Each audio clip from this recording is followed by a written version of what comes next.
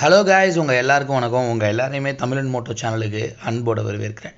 ஆக்சுவலாக பார்த்தீங்கன்னா என்னோட வண்டி கீ ஆன் பண்ணிவிட்டு செல்ஃப் அடித்தேன் அப்படின்னா செல்ஃப் ப்ராப்பராக ஒர்க் ஆகலை.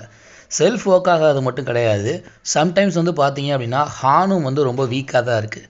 அண்டு லைட்ஸ் அண்ட் இண்டிகேட்டர்ஸ்லாம் நல்லா தான் ஒர்க் ஆகுது. பட் இருந்தாலும் ஹார்ன் அப்பப்போ வீக்காக இருக்குது அண்ட் செல்ஃபும் ஒர்க் ஆகலை. ஸோ ஆப்வியஸ்லி நம்ம பேட்ரி தான் ப்ராப்ளமாக இருக்கும் அப்படின்னு சொல்லி ஃபைண்ட் அவுட் பண்ணிவிட்டு பேட்டரியை என்ன பண்ணியிருக்கோம் அப்படின்னா செக் பண்ணி பார்க்கலாம் அப்படின்னு சொல்லிட்டு சைட் டோர் ரிமூவ் பண்ணிட்டோம்.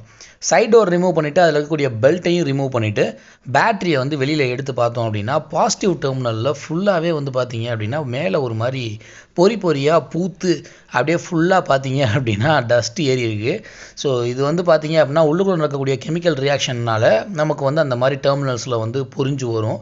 கரெக்டாக மெயின்டைன் பண்ணியிருந்தால் வராது, நம்ம மெயின்டைன் பண்ணாமல் விட்டுட்டோம், அதனால் வந்திருக்கு. ஸோ இந்த பேட்டரியினுடைய வோல்டேஜ் லெவல் எவ்வளோ இருக்குது அப்படின்னு சொல்லி செக் பண்ணலான்னு பார்த்தோம். ஸோ மொதல் தடவை நாங்கள் பார்க்கும்போது 11.99 இருந்தது. செகண்ட் டைம் செக் பண்ணி பார்க்கும்போது ஆக்சுவலாக ஃபஸ்ட் டைம் செக் பண்ணிவிட்டு நாங்கள் என்ன பண்ணிட்டோம்னா ஒரு தடவை செல்ஃப் அடிச்சிட்டோம். அதுக்கப்புறம் செகண்ட் டைம் செக் பண்ணி பார்க்கும்போது 10.48 சம்திங் வந்தது. ஸோ சரி அப்படின்னு சொல்லிட்டு இந்த பேட்டரியை கழட்டிட்டு நம்ம சார்ஜுக்கு போட்டுட்டு அதுக்கப்புறமா யூட்டிலைஸ் பண்ணிக்கலாம் அப்படின்னு சொல்லிட்டு என்ன பண்ணுறோம் அப்படின்னா இப்போ பேட்டரி கழட்டிகிட்டு இருக்கோம். ஸோ பேட்டரி கழட்டும் போது எப்போவுமே நெகட்டிவ் டெர்மினலை தான் ஃபஸ்ட்டு கழட்டணும், பாசிட்டிவ் டெர்மினலை அதுக்கப்புறம் தான் கழட்டணும். எதனால் இப்படி கழட்டணும் அப்படின்னு பார்த்தீங்கன்னா மாற்றி கழட்டும் போது உங்களுக்கு ஸ்பார்க் வர்றதுக்கு உண்டான வாய்ப்புகள் இருக்குது.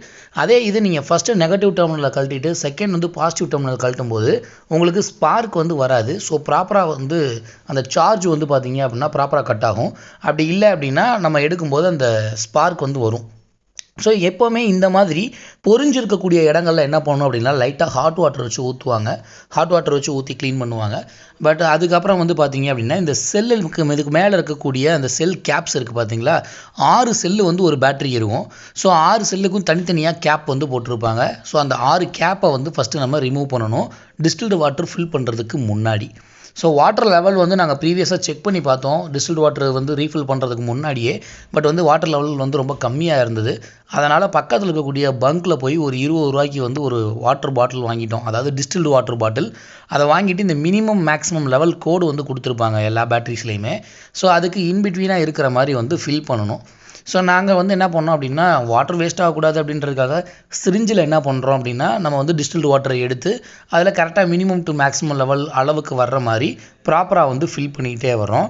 ஸோ இப்படியே 6 செல்லுக்குமே நம்ம ஃபுல்லாக ஃபில் பண்ணி முடிச்சதுக்கப்புறமா பேட்டரியில் சில இடங்களில் ஈவன்த்தோ அப்படி பண்ணியிருந்தால் கூட சில இடங்களில் ஸ்பில்லாக இருந்தது. அதை எல்லாத்தையும் கிளாத் வச்சு ஃபுல்லாக தொடச்சிட்டு பேட்டரியை சார்ஜ் போடலாம் அப்படின்னு சொல்லிட்டு சார்ஜ் போட்டுட்டோம். இப்போ இது பார்த்தீங்கன்னா 5 LB பேட்டரி, அதாவது 5 ஆம்பையர்/ஹவர் இதோட அளவு. அதனால் 0.5 ஆம்ஸுக்கு சார்ஜிங் போடணும்.